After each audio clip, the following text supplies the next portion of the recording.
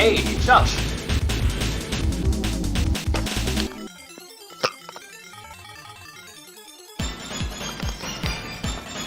Hey, Josh.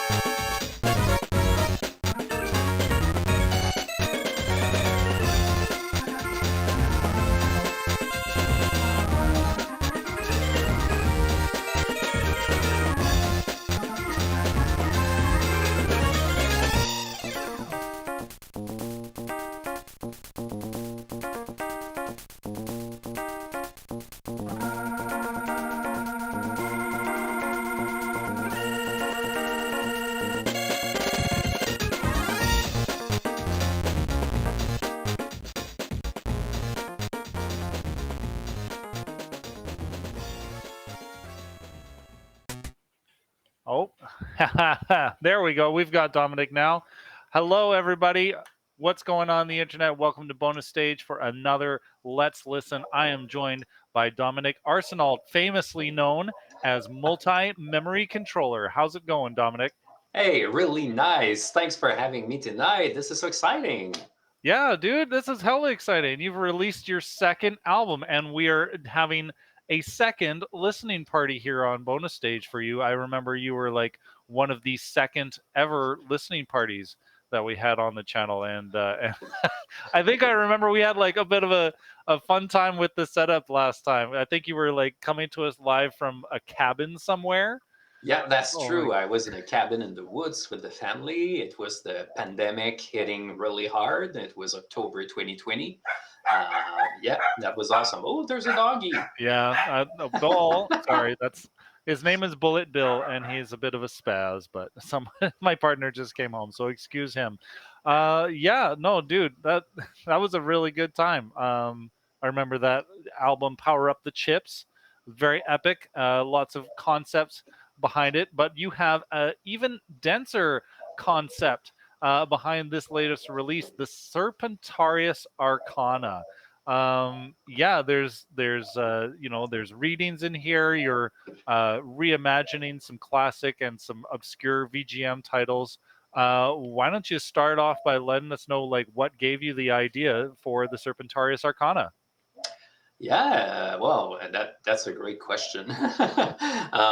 So yeah, the album is a part of the album is songs that have been with me for a really long time. Like 13th Zodiac, the first song that opens the album and that I envision as the spotlight track for the album. Mm. Just like if for Power Up the Chips, the spotlight track was in the year 2000X, which was on Mega Man. Well, for this one, the spotlight track is 13th Zodiac, and that song I wrote when I was 20. So I actually think I started when I was 19. So that was in 2001. Um, so like it's been there for so long. Like it exists for me since forever, basically. And finally releasing it was so there are bits and pieces that have like been with me for a long time, but the thing that holds them all together came to me during this year. I think 2020, 2021, and then 2022 was mostly production, but the gist of the creation happened in 2020 and 2021 when we were all isolated, confined because of the pandemic. Most of us were rethinking some part of our lives, maybe not our entire lives, but some part of our lives. And Cappy the First, hey, seeing some familiar names in the chat, so cool. Thanks for showing up. Yeah, it's So, awesome. so yeah, I started, wondering and thinking about some of the choices I was making in my life. And there's one event that happened in December 2020 where I, I sort of lost myself. Too much responsibilities, too much things, too much stuff to do, losing track of things, and it really affected me a lot. And I started thinking about, what's our purpose in life, to make it short. But how do we get out of this? How do we get out of like all the promises of digital technology that would render all the knowledge of the world accessible? We have power over everything, yet we don't know how to, like, you can't repair your own washing machine if it breaks. So these kind of absurdities that like force us to go back onto some sort of direction. We need some direction, some sort of sense of maintaining our balance to not tiptoe and fall down into the abyss, even and maybe restrain ourselves from trying to always reach ever higher and reach like the heavens and things like that. So the idea of the Serpentarius sort of happened around that. The Serpentarius is a constellation in the sky, but it comes from a mythological figure in Greek mythology, Asclepius, the man who holds the snake, and the serpent is a symbol that is both a symbol of healing because it sheds off its old skin and makes new skin, and it's also a symbol of danger and threat because there's poison, and so there's this kind of duality, and the serpent bearer holds the snake, and he sort of tiptoes the balance between the good and the bad of what the snake can bring. You also make remedies out of the venom of snakes. So it's kind of this whole concept. So the Serpentarius Arcana is sort of taking this image, this idea of maintaining balance and striving to look at the good and the bad to make better informed decisions. And this is all played out through a tarot reading. I like the divination that you can find in the stars and in the zodiac. I don't believe in it hardcore myself, but I think it makes an interesting subject matter. And sometimes it's nice to just keep some sort of mysticism and occultism as part of your life to read into some of the things. So I started to implement that into a tarot reading by the idea using games as virtual worlds. They are laboratories that we can look at to find inspiration for how to solve some of our problems in the real world, just like in any kind of other fiction that you find in literature or in film. So the idea was to look at the state of our civilization and how we should go about, living a good life and striving to find the balance in things, and looking at some of video games and how they describe situations that often go out of balance, and how you can look at this and find some lessons in your life to maintain your own balance. Wow. All right. Yeah. And that's a musical album. That's not snake oil. That's not a pyramid scheme. We're talking about music. I love it, Dominic. Thank you so much. And I have to stop and give a little bit of a shout out to Boucherons TV. Welcome, bienvenue. I'm probably butchering my French a little bit, but bonjour, and happy to have you all here. Thank you so much, Dominic. Let me know that we might be expecting you folks. So yeah, thank you so much for the raid, and happy to have you here. So I'm not sure whether any of that transcends through the music, but like I just wanted to put it out to like give some context behind the things, because we'll be talking about the games quite a bit as we go over the album. Salut Bûcheron TV, bienvenue, bonjour, merci d'être là. Merci aussi à tous les Québécois et les Français peut-être qui nous écoutent. So thanks for being here. Awesome. Right on, man. Well, yeah, you said you had this idea in like December 2020, or at least you were experiencing some of the progenitors to this idea. How long did it take for you to put this album all together? Because you do like everything yourself, more or less, don't you? Yeah, exactly. So I composed the songs using Guitar Pro as a MIDI tracker, but I composed them in MIDI. So basically, for people who are not into making music themselves, it's like inputting instructions and making a digital score for the music to play out. And then you assign it instruments and it plays. So I use Guitar Pro to compose the songs, and then I export them and I bring them into Reaper. And Reaper is my digital audio workstation. So then I craft NES and Atari 2600 sounds using an emulator software that reproduces the sound chips from those consoles. This is Chip Sounds. It's made by Prog, Art et Technologie from Montreal. So this is awesome. Support David, local. yeah, local sourcing local products. So shout out to David Vien. Hey, Funik, nice to see you from Montreal too.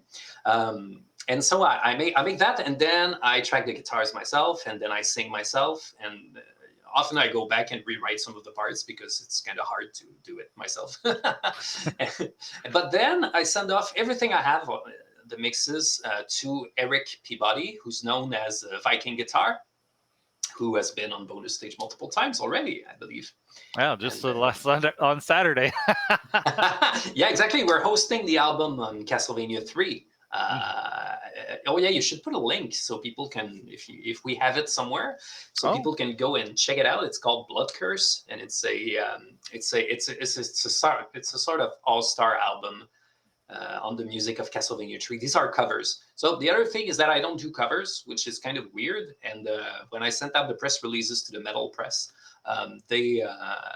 Brave Words, I think, Brave Words and Bloody Knuckles, which is a news site for metal news, picked up the story and said that I was doing an album of covers, even though that was nowhere in anything of what I wrote. So it just shows to show that like video game music into metal means making covers, but I write original songs. So it's kind of a weird place to find yourself into. But, but like when you go and approach the press, do they talk about bleeps and bloops? Because that seems universally unavoidable when you're talking about video game music, chiptunes, any of that stuff.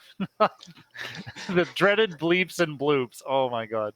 That is true. I've had one or two websites doing metal news that said, sorry, our listeners won't appreciate electronic music. So that's a pretty clear-cut line there. Most of the time, it's either people don't really care or have questions and they don't print it. Or sometimes, like, they print it and they say, oh man, this is video games and I love video games and this is the best thing ever. So I like that. But video game music sure have come a long way from the bleeps and bloops of Pac-Man. Well Oh said. my There God. is no easy mode. Yeah. The opening line to every journalist over the age of 40 who's writing music reviews. That's true. So to come back on your question, which I didn't answer, so how long did it take to put together the album? So I had many songs written, like one of them from 2001, as I said, one of them from 2004, I believe, one of them from 2008, one of them from 2012, and then I wrote some of the songs like just now, like in 2018 and 2020. So it's kind of a mix, and it's weird for me to listen to it because some of those songs are super old, so like I don't really hear them anymore because they've been part of my life for 15 years, and some of them are so new that I'm like, wow, this is exciting! Like, woo, this is so much better. So, so I wonder how it comes across to people when they listen to it. Okay, well, we won't spoil it then. We'll let you guess in the chat if a song is new or old, or 15 years old or 3 years old. Like tasting wine, that Oh, must yeah. be. Oh, that was a good year. Yes, that's a good vintage on track 4. Oh gosh. Well, that's lovely. Oh man. And I also, before we dig into it, I have to comment on your cover art as well. Let me get that pulled up here. Hold on just a second. And I have to ask, who did the album art, in fact? Oh, I did. You did. You do everything. You just can't help yourself. Look at this, folks. The Serpentarius Arcana. So there you are.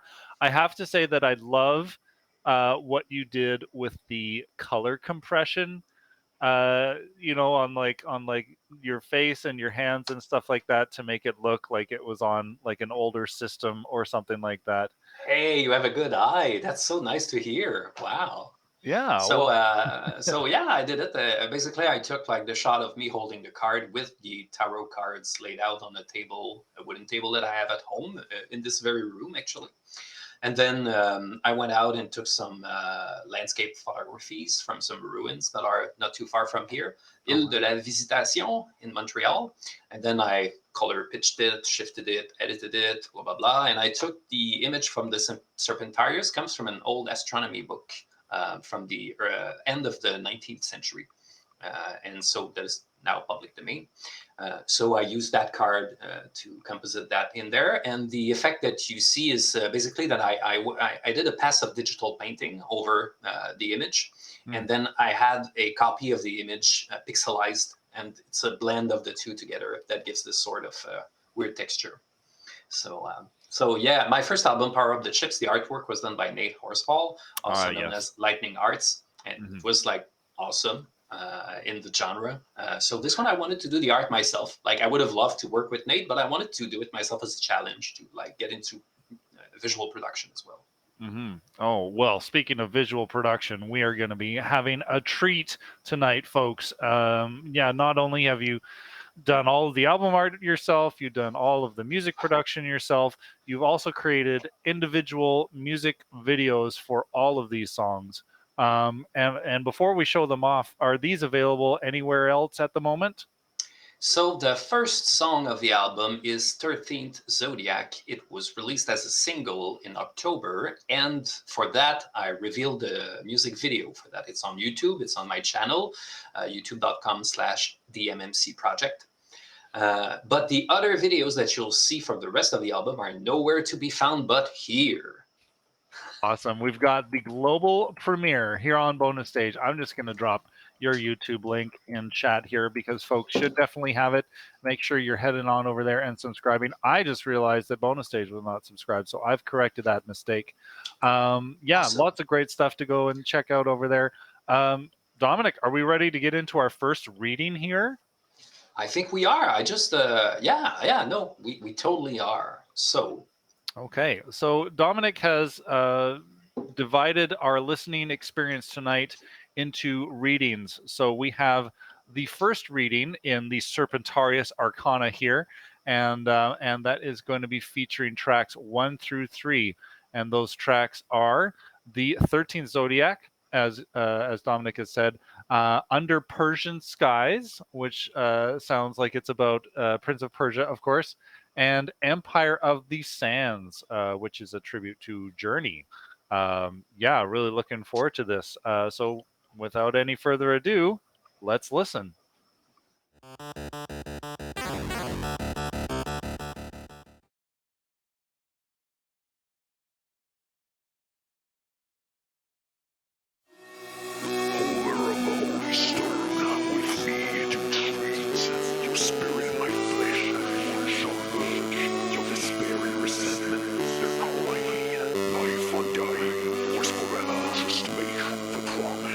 Once more I ask, with me to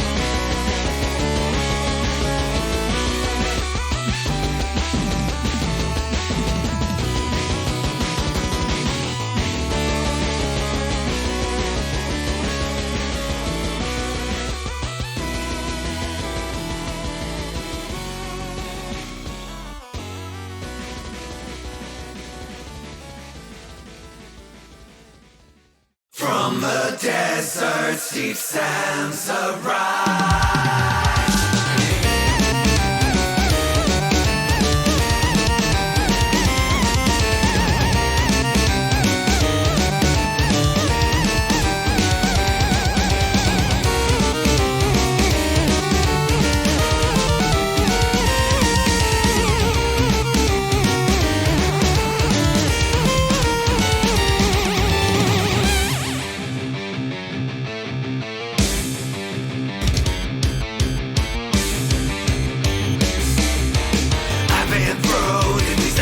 Dark and cold, left to die without a gleam of hope. From beyond this wall, I can hear a call.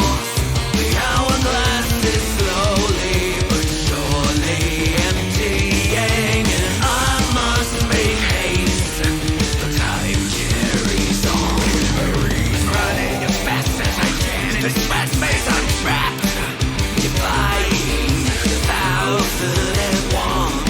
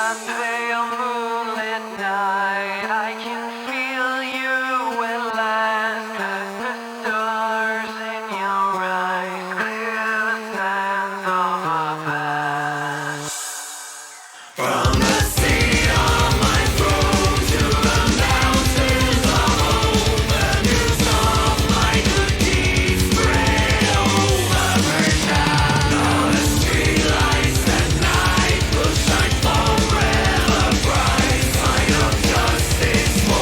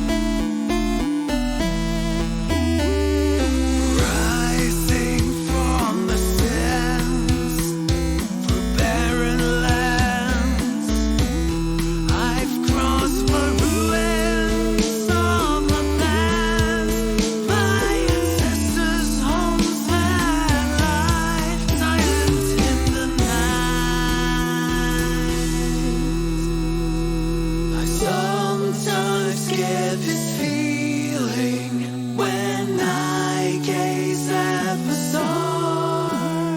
Their shining light resonates deep inside. Come gaze at the stars, child, and bring us news from the world. Have you learned from what we left behind?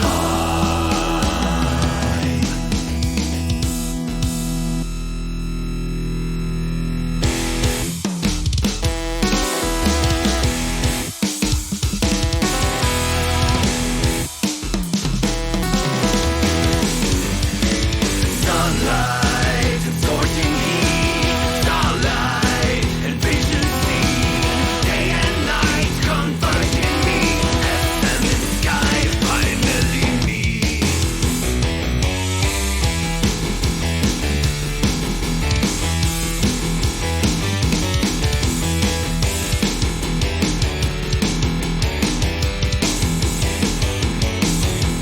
Sandstorms unleash their fury, and towers run down into their knees. Nothing now but the memories come into the soul to break of my own. Time there is deep inside. I've known it all before. My time is over, I'll be gone. Being young, and even now was my existence. As a traveler with my quest to find my way. Unholy life itself, the tapestry of light and being united through the starlight that shines and binds it all. Please guide me on my journey.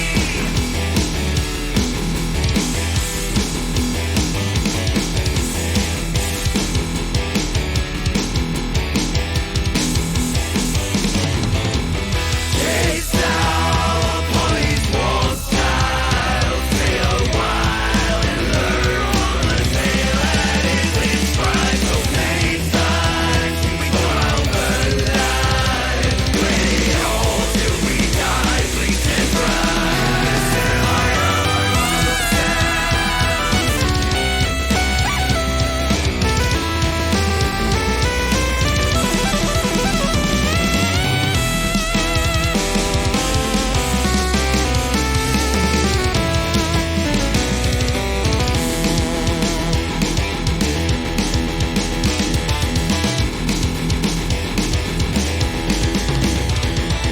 Please and deep inside, I've known it all before. My time is over, I'll be gone. Being young, the here and now of my existence. Travel on a quest to find my way. Unholy life itself, the tapestry of light and being united through the starlight that shines and binds it all. Guide me on my journey.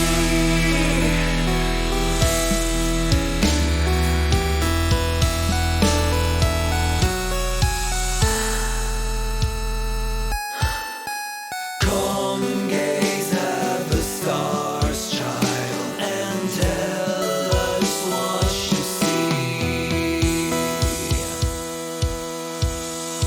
As our light made its way in your mind, I can't fight back this calling to reach beyond what we see. In the end, what we are is just a shot of light and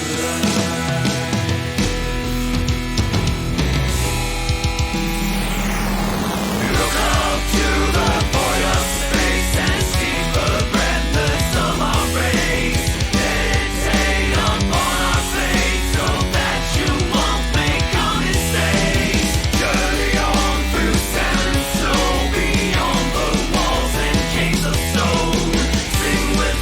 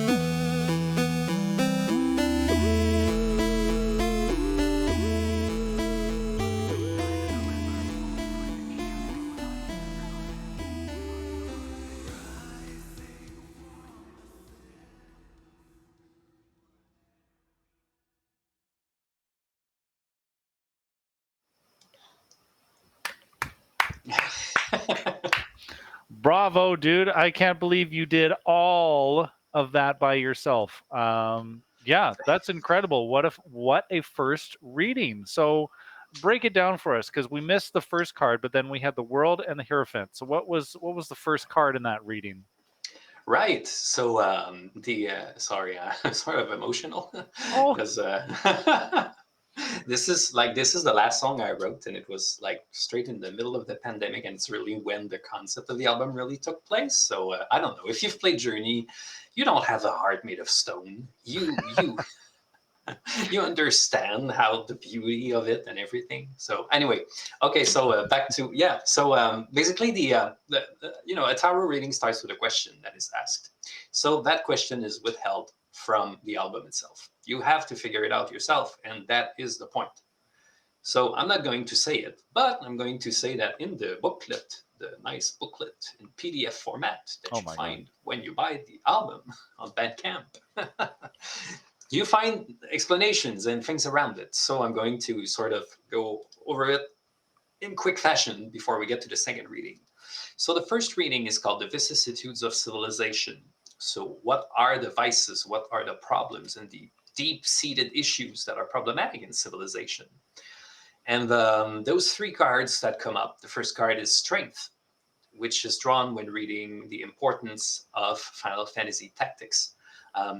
So Final Fantasy Tactics is a game in which the main character has to hold on to his beliefs, even though there may be no way out of this situation, even though history may be erased or forgotten. And those in power will do everything to suppress it and to change who you are. So this is really the quality that the main character must exhibit in the game to make it through and like stay true to your ideals. Even if your ideals may not find a way in an outlet in the world, you still have to cling on to it, because that's what matters in the end, is how you live your life. And then the second card drawn is the World for Prince of Persia. So Prince of Persia is a very, simple game. In terms of plot, it's like you're the princess's lover, and the vizier seizes power while the sultan is away, and he forces the princess to marry him in 1 hour or else. And so you have to save her, and you save her, and you become the Prince of Persia, and that's it. But of course, a video game works like that, but the story doesn't, in the sense that, what do you do once you make your kingdom? So I wanted to put this idea of like triumph and bravery and everything, and sort of end on a darker note in the sense that the prince is going to build an empire that will stand the test of time, forever, justice for all under Persian skies and things like that. But then I'm following it up with Journey. So I wanted to put those two games together because of, well, there's the sand biome, I would say, that is common to both of them. But they're sort of echoing each other also as well, in a different kind of way and more interesting kind of way. In the sense that Journey presents you a ruined civilization that has bygone, and there are ruins around, and you sort of learn their history through the fresco that is painted on the wall that tells their story, and it's also your story because you're going on your journey for that as well. And so, of course, all empires crumble to dust because sand will wash over everything. And we have to realize that we are part of a cycle that goes beyond us. We are mere grains of sand on the tapestry of life. And so the idea of Journey was that it's cyclical. I don't know if people who have played Journey have noticed, but the room in which you stare at the whole fresco is a round place. So, of course, you have the whole cycle that repeats itself endlessly because it's a cycle. So this reading of Journey is that, we will not stay. Whatever we build will get erased. So what can transcend time? It is our institutions. So we need to have strong institutions to uphold what it means for us to have a civilization. If we want to have a civilization, it's not monuments, it's not stone walls. It's in the things that transcend, that are immaterial. Just like ourselves, we are some star stuff in the end. So that was the first reading. Yeah, awesome, dude. I'm loving it. I just love the way that you've drawn from video games and pulled out these deeper meanings and all of these archetypes and stuff like that, and are just playing them for the sake of your own narrative. It's wonderful, and I don't think I've seen it done before, at least not often. That's for sure. Thank you. So we're ready to start the second reading. I think so. Yeah. Second reading has 2 cards drawn, so 2 games will be drawn from. The first card that is being drawn is the Chariot. The Chariot is a card of conquest, it's strength, it's you go out to get your things. It's not necessarily a positive card, because you go out to take something by force. You submit others and the world to your will. So, you know, that card illustrates a certain game, a very popular one. It's called World of Warcraft. Have you lost half a year, half a decade to World of Warcraft? I sure have, I guess. In retrospect, but I loved it at the time and it was great. So basically, this first song is called Struggles in Stranglethorn. So if you've played World of Warcraft, then you've hit Stranglethorn Vale as probably the first wall in your progression, where you start dying, meeting other people, and fighting all the time between Alliance and Horde. That was in WoW Classic. And so the song goes over like the land and the different factions and parties that you find in it, and they're all out there to get something. The second reading is called Foundation and Conflict. So it's the idea that when you found something, when you want to build something, then you necessarily enter into conflict with something else. And so building is good, but, you know, taking away from people is bad. So it's the issue of colonization that's there as well. It's very explicitly said so. In the song, we'll hear like the goblins that are coming to the land of men to colonize them. But of course, the land doesn't belong to men. And there are troll ruins in place, and the trolls were there before. But then, so it's sort of this. So it's a kind of panorama. We'll see different moods during this song and different factions and different voices. And then the second song is called Bloodlines, the Sacred and Damned. It's based on Castlevania Symphony of the Night, another all-time classic video game, in which we'll have the point of view of both Richter Belmont, the vampire hunter, who succumbs to temptation, and the bloodline of Alucard, the son of Dracula, who has a cursed bloodline. And the song sort of explores how, you know, these two factions that could be darkness and light, good and evil and everything, sort of, you know, it's more like a yin and yang situation where there's some intertwining of good and evil inside one another. So the card Temperance is drawn for this game, because temperance is the quality of, you know, avoiding extremes, not succumbing to your temptations, and trying to find some reasonable middle ground in something. So it might be a way out of these kinds of situations rather than the Chariot. So it's a bit about opposing those two games and trying to solve the tension between foundation and conflict. Okay. Yeah, I have absolutely nothing to add to that, folks. Let's listen.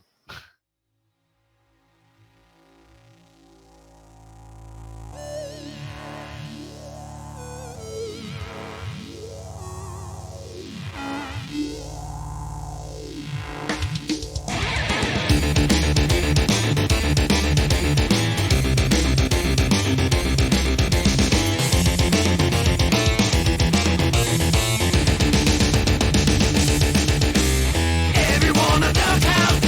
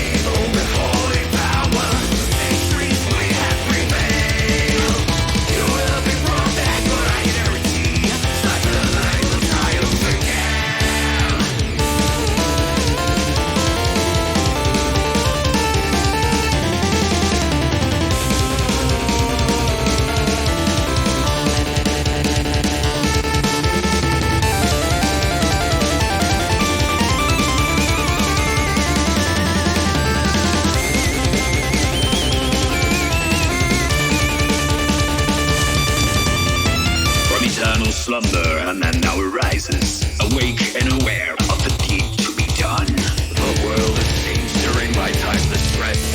Evil is stirred, the balance is stirred. Darkness and light like a song out of tune. Shadows and night play a symphony of doom. Past the front gate and into the halls, the chaos awaits, the unending sprawl. Someone has to be pulling the strings. Why would a Belmont do such a thing? Blood of the sacred, blood of the damned. This city's wounded in one melody, destroying evil with holy power. Centuries may have prevailed. Immortal father, I guarantee your bloodline will end on this day.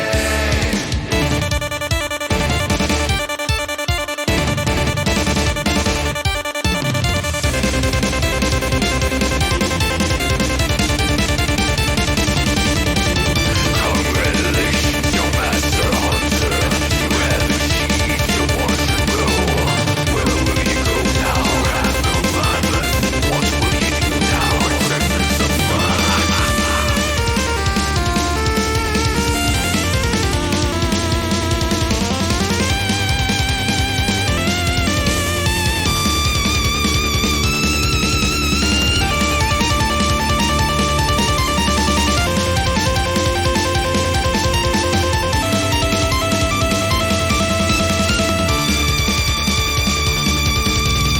Blood on my hands, but whose bloodline is it? Process to bear, but was sacred and damned.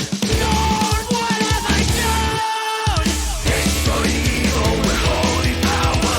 Centuries we have prevailed. You will be brought back, but I guarantee my bloodline will triumph again. I guarantee your bloodline will end on this day. So the bloodlines come to an end. The damned sent back whence it came, and the sacred struck with guilt and shame. Vampires and hunters forever shrouded in 18th century mists of Transylvania.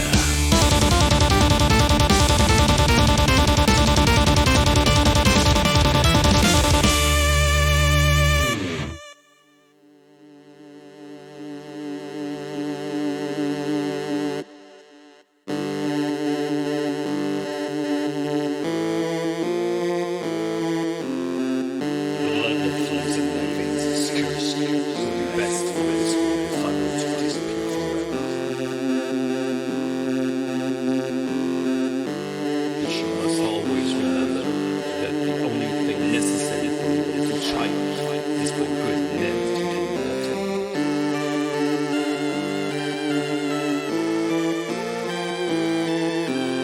What need for the shepherd when the wolves are gone?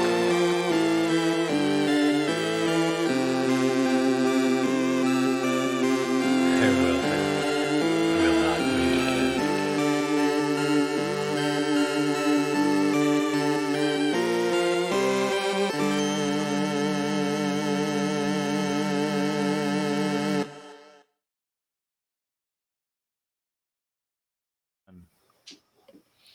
That was some epic stuff, man. Like the melodies in that Castlevania track, like you captured the tone of the game really well. Yeah, dude, that was a really good reading. And it's funny because I distinctly remember the time when I composed like the solos and the melodies exchange and everything. And like a friend of mine, Bernard Perron, if you're out there, he's been like, he was my advisor for my MA thesis. He was my advisor for my PhD thesis. He's now my colleague in the department teaching with me. And he's been supportive from day one, my early mixes, my early blenders, everything. It was like, how did you write this? How did you come up with those melodies? Wow. And I was like, I don't know. They just wrote themselves. I was like, I had the backing and it was like, okay, pitch it up, pitch down, okay, scale up. And it just, I don't know. The ADS is too strong for this. It just comes in. Wearing your influences on your sleeve for sure. Oh my god, and we're not complaining at all. Oh my god, that's amazing. So just a little something for Castlevania. I consulted with Sindra Vania. Syndrovania has a channel dedicated to the lore of Castlevania, and it's like absurdly complete in a good kind of way. So check it out if you like Castlevania. You're like, wow, it's gracious. And so she was like, okay, it's interesting that you chronicled this from the perspective of Richter. I don't see anything that's sort of out of character or out of respect with the rest of the Castlevania lore, because it can get complicated. So yeah, wanted to give that shout out. It's been really nice having her on board. Mm-hmm. Oh, sorry. I just gave you mod permission so that you can post links in chat. I'm sorry.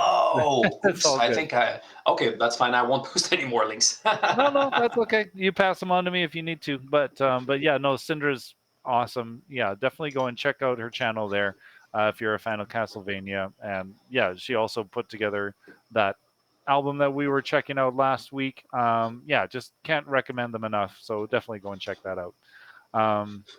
Yeah, and I also wanted to make sure that I gave you proper praise for your use of the chip visualizer as water during the World of Warcraft track. That was genius. Right. Thank you. We're going to see more of it in the future tracks of the album. That'll be upcoming. I basically use the oscillator, decorative oscilloscope in Reaper, which is a sub-world in its own. you can put tons of parameters in there. So yeah, I ran every track through that, and then I used some of that in different parts for the different songs. Yeah. So thanks for noticing that they were supposed to be waterways. Oh, definitely. And you did like something similar for the Sands one in Journey as well, and I think we might see a little bit more of that coming up.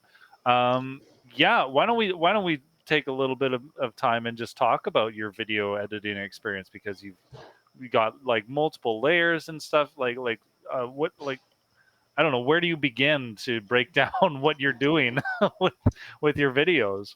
So most of my songs already have scenes from the games in my head as I write them and as I write the lyrics and everything. So like I pre-visualize everything, like every part of it, not every part of every song, but close to.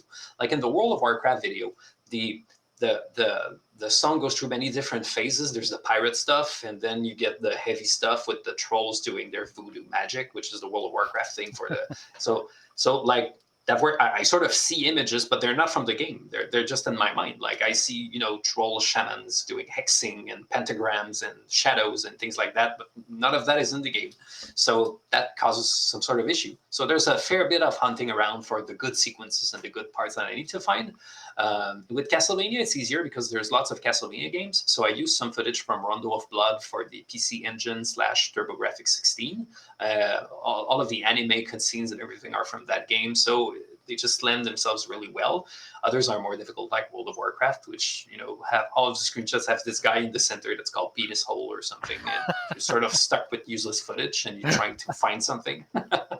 It's an actual experience. Yeah.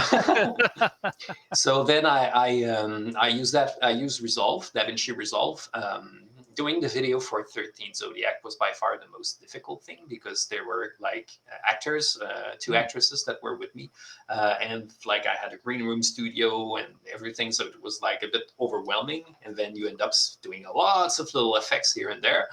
And then for these videos, I had to throw them much quicker together. So I used some of the visualizers from Reaper and generated from the music itself as well. So that's about it for a video production, I think. Yeah, no, definitely, like very impressive, and can't wait to see where it takes you. But you are taking us now into our third reading on the album here. Why don't you give us a little bit of a preview of what we can expect? So our third reading is 2 songs focused on one game. The game is called The Elder Scrolls 3 Morrowind. So it's the one coming before Oblivion and before Skyrim, and then the world ends with Skyrim, of course. So this third reading is called Empire and Prophecy. So the idea of prophecy is that it's an outlook towards the future. So it can become a way out of your problems for the present, in that, there's a prophecy someday, somewhere, something will happen and will magically fix everything.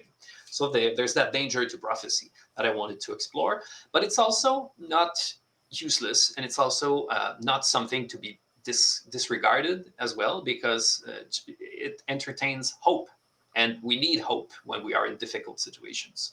And so it's sort of this tension I want to explore. The first song is called The Devil Sleeps Beneath. It's an acoustic song, so it's very, very different from what we've heard so far. It's rather short. And for this song, the card The Moon is drawn. The Moon is a card of mystery. There is something unclear going on. The card depicts animals barking at the moon and different effects happening on the world because of the moon. So there's this kind of fascination. And this reflects sort of the journey that our character goes through when they set off for Morrowind in the game. You don't know where you're going, you don't know what you're going to find, and you're on a boat and you consume the skooma, the drug, the cocaine that you have in the world of the Elder Scrolls. Yeah. So the song is basically a skooma-induced dream or reverie, and it's got a very ethereal quality. You'll see there's no tempo. There's like it's deconstructed and everything. So there's sort of this haziness about it. And then the other song that hits next is called, I'm looking at the card right now. So it's called The Devil Speaks in Dreams. So when you get off in Morrowind, you hear about this ancient immortal evil that sleeps underneath Red Mountain. That's a volcano, and you sort of don't know what it is, but it's the devil, Dagoth-Ur, is there, and you sort of don't really know what it is. And you sort of have to figure out how to orient yourselves, who to ally with. The ancient prophecies. Are you the reborn hero? Are you an agent of the Empire sent to infiltrate the island of Morrowind? And you have to position yourself in the idea that, you know, the Empire is annexing that territory.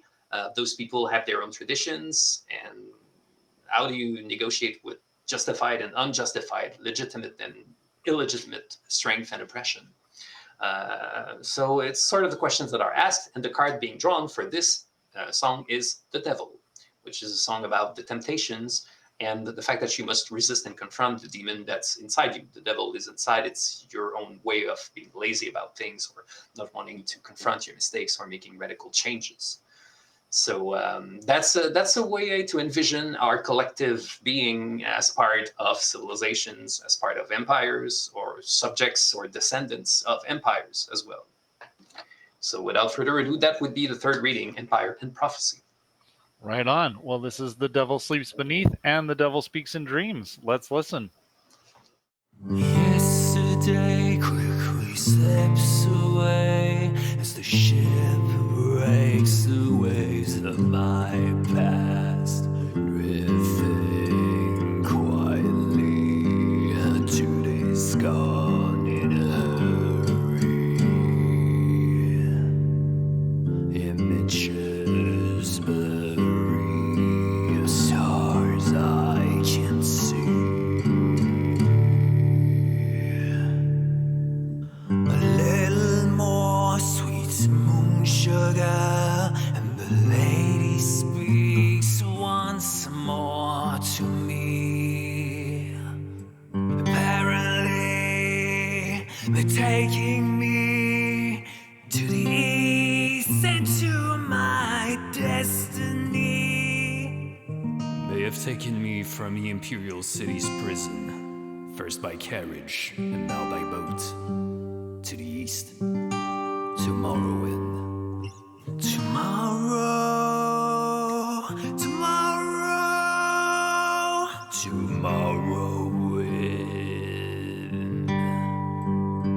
she said, "Fear not, for I am watchful. You have been chosen."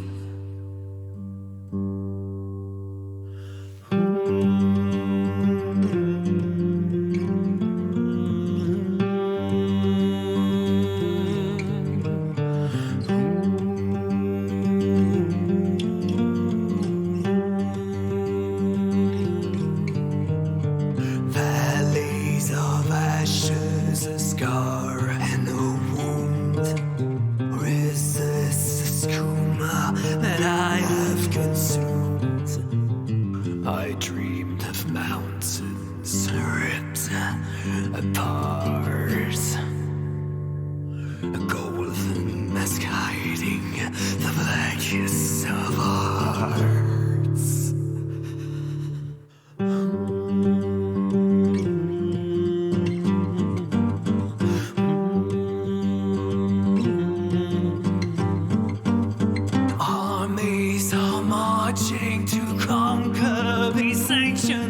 but the devil sleeps beneath. Soon he'll wake from his sleep.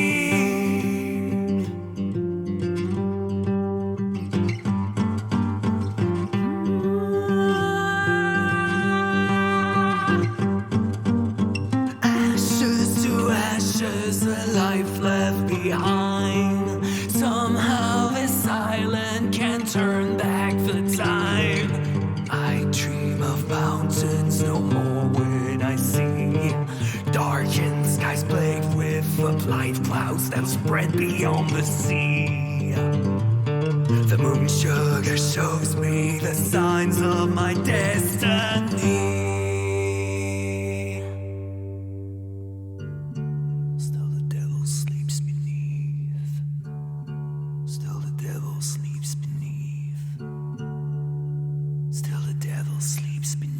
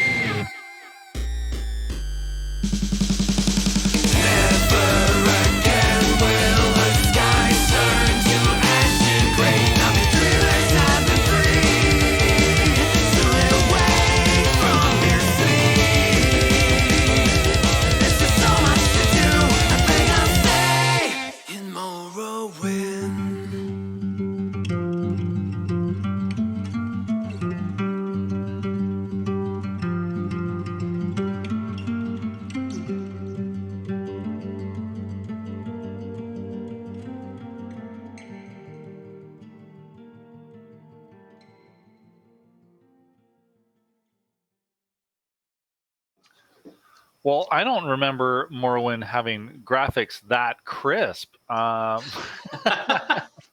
Nor do I remember it having such an amazing soundtrack. That was a really good one. Oh man, I love the Elder Scrolls. I really do. I haven't like played Morrowind thoroughly, but I appreciate the lore that's in it, and of course they carry a lot of that ahead to future games as well. So yeah, just to like see somebody taking that lore and just like creating their own perspective on things was really nice. And trying to account for the complexity of the situation where, there's different factions and, the devil speaks in dreams, but his reasons seem sincere. So, but of course, then turning everyone into zombies isn't really a good plan. So anyway, but yeah, some of the graphics were lifted from the Elder Scrolls Online. So that's how it looked so good. But although the mods for Morrowind are crazy, the quality of the mods put out, it looks fantastic.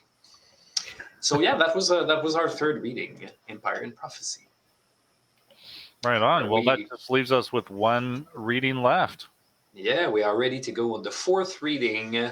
This reading is called Twilight of Hopes. I talked about hope earlier before starting the third reading. So this is quite a negative song. It's a really long, epic song. It talks about the game called Metroid Prime, which is a game with much deeper lore as well than what's necessary to just complete the game. So it's kind of interesting to me to write about Metroid, because the series is, of course, experienced through the eyes of Samus, who is a woman, and I would not sing the parts of a woman. And Samus herself doesn't speak a lot, except for some of the very bad games, like Metroid Other M, which had a terrible characterization and storyline and plot and everything. So it was kind of a challenge, but then I came up with the idea of writing a song about Metroid Prime from the point of view of the Chozo. So the species whose work and past and ruined civilization you encounter in the game. So there's the common thread of ruined civilizations throughout the album. And so this appears in the fourth reading. The card being drawn to discuss Metroid Prime is the Tower. This is a card that's synonymous with disaster. It's a bad omen. Something terrible is going to happen. The card in the tarot depicts a tower being struck by lightning and people falling off. So it kind of represents well what the Chozo have went through. In the game, you learn that they had a material culture and wealth and power and technology, and they've forgone.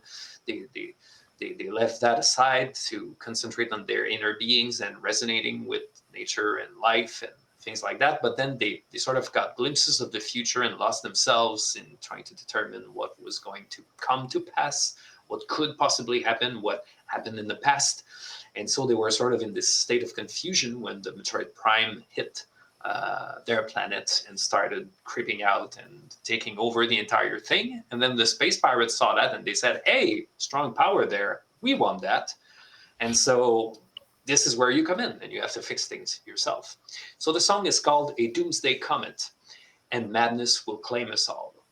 So it's not very positive, but that's one way, that's one thing that could happen. And in our own world, this is also some kind of future that's out there. When you think about climate change, you think about wars, natural resources, we might be headed off for a catastrophe. So what is the point? It's kind of difficult. It's a difficult situation. So the album closes off with that. So it leaves sort of a message that's very negative, but you must remember that then the Serpentarius is the last card being drawn that offers the answer. There's not a song about that, but the way out of this whole thing is to maintain balance and perspective and, stay measured in our approach of things. Awesome. All right. Well, then here comes A Doomsday Comet, and Madness Will Claim Us All. Let's listen.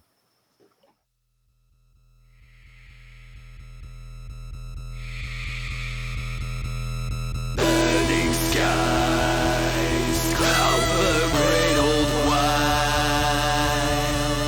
Visions of past and future merging in our minds. The invaders walk among us, but the life gives speech to us.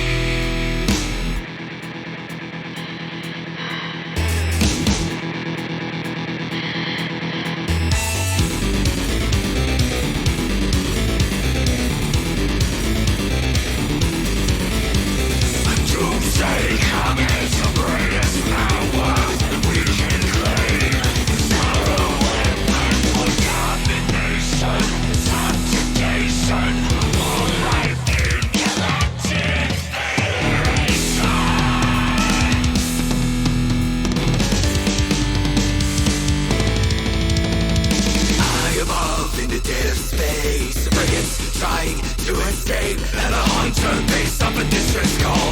He pours the crap, then tails it as it falls back on our world. We'll blaze the path of shadows with the light of the sun. Could it be old prophecy, with ancient lore and technology? She's upholding our creed, when the invaders redug too deep. Didn't prepare my planet's core.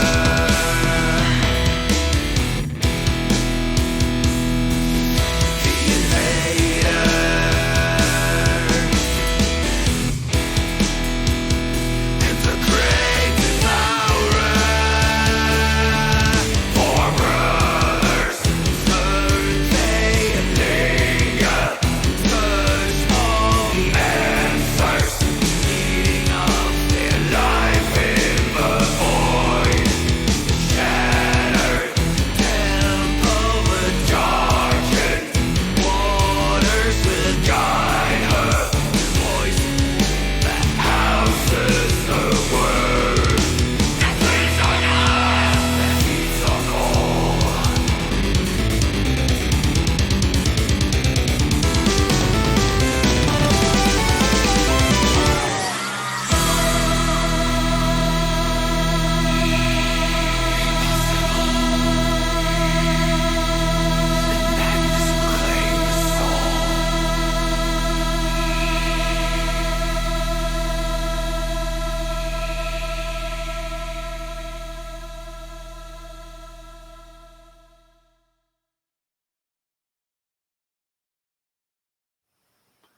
I'm melting, I'm melting. Oh, what a world, what a world. Good impersonation. Oh, thanks. Wow. Well, that is the Serpentarius Arcana. Bravo, bravo. Thank you. All the claps, all the praise in chat, folks. Yeah, Dominic, multi-memory controller. You did a really good job with this album. It's a great follow-up to Power Up the Chips, and a great flex for you as well, considering that was all done by you yourself alone. Yeah, amazing, amazing work. Thank you so much. Well, thank you so much for hosting this, and to Brian Stewart as well. Oh yes, thanks for the 29-month sub there, Brian. Oh my God. Thanks, Vunik, too. Thanks to everyone, Rincelin, everyone else I don't see in the chat right now, but who has graciously commented. Yaparnak. It was so nice to share my music with you, and I hope you liked it. Like there are some songs in there that will get better with repeat listens because the structures are. Taleda, thank you so much. But we still have something a bit more positive to end the night, if we're allowed to. I think we're allowed to. We're allowed to. It's your listening party, Dominic. We can do it however you like. So nice. So basically, the the album closes off on a very dark and foreboding tone, and I think it fits for the Serpentarius concept for everything. This is a warning that should be taken seriously. But we are human beings, and that's also part of the problem in the thinking and how we approach the problem. We are here and now, and we have to cling on to something positive. We can't end on the twilight of hopes, saying all is for naught. Our world will face destruction, and we need something hopeful, something to cling to. So I decided to put in a bonus track at the end. So that's like the small video we have. I don't know if Joe Dage is still there. That's Jonathan Dagenet. He did the editing for the video clip for the original version of the song that we're about to see. What we're about to see is a alternative version of a song, the Spotlight track that was on my first album, Power Up the Chips. The Spotlight track called In the Year 2000X. That's focused on Mega Man. So this is a radio edit version, so much shorter version of the song. By the way, I think there's a radio station in Helsinki in Finland that played my song or something, because I got like 550 listens of this specific track a couple of weeks ago, and I was like, where did that come from? Like, that's a lot of listens for me. That's awesome. Congratulations. Oh man. And So, oh, sorry. No, don't let me cut you off. I just wanted to once again to thank Eric Peabody, aka Viking Guitar, for doing the mixing and mastering. I wanted to thank the OICRM, that's the OICRM, yeah, spelling in English. It's the Observatoire Interdisciplinaire de Création et de Recherche en Musique. So the Observatory for Research and Creation in Music. They financed the part of the album, paying for mixing and mastering. And I also wanted to thank again Sindra Vanya for help with consulting on the lyrics for my song on Castlevania. And of course, thanks to you for being here. Thank you for playing. Yes, thank you everyone for being here. We've got a couple more of these listening parties coming up before the end of the month. Next Monday on the 19th, we've got our friend Mon, who's coming on the show to showcase his new album Mode 8, which is a tribute to Mode 7 on the Super Nintendo. If you know what that is. If you don't, you should tune in and find out. And before the end of the year, I think on December 29th, we're having Game Grooves back with a short but sweet tribute to the soundtrack of Celeste with Over the Summit. And that's going to be a community album with several collaborators. So we look forward to that. As well, we're going to be making some announcements on social for other upcoming events in the new year. So please follow us there at Bonus Stage Van across all social platforms. And join us on Discord as well if you want to stay tuned and have a little more intimate chit chat with the performers and myself. Dominic, thank you so much for being on the show. Thank you for asking me to host. This has been a wonderful time, and really love the album and can't wait to share the bonus track with you all. It's our send-off. Thank you. Good night, everybody. Yes, folks, this is our send-off. We won't see you on the other side, but thank you so much for being here, folks. This is the year 2000X. In 2000X, when the world's in decay.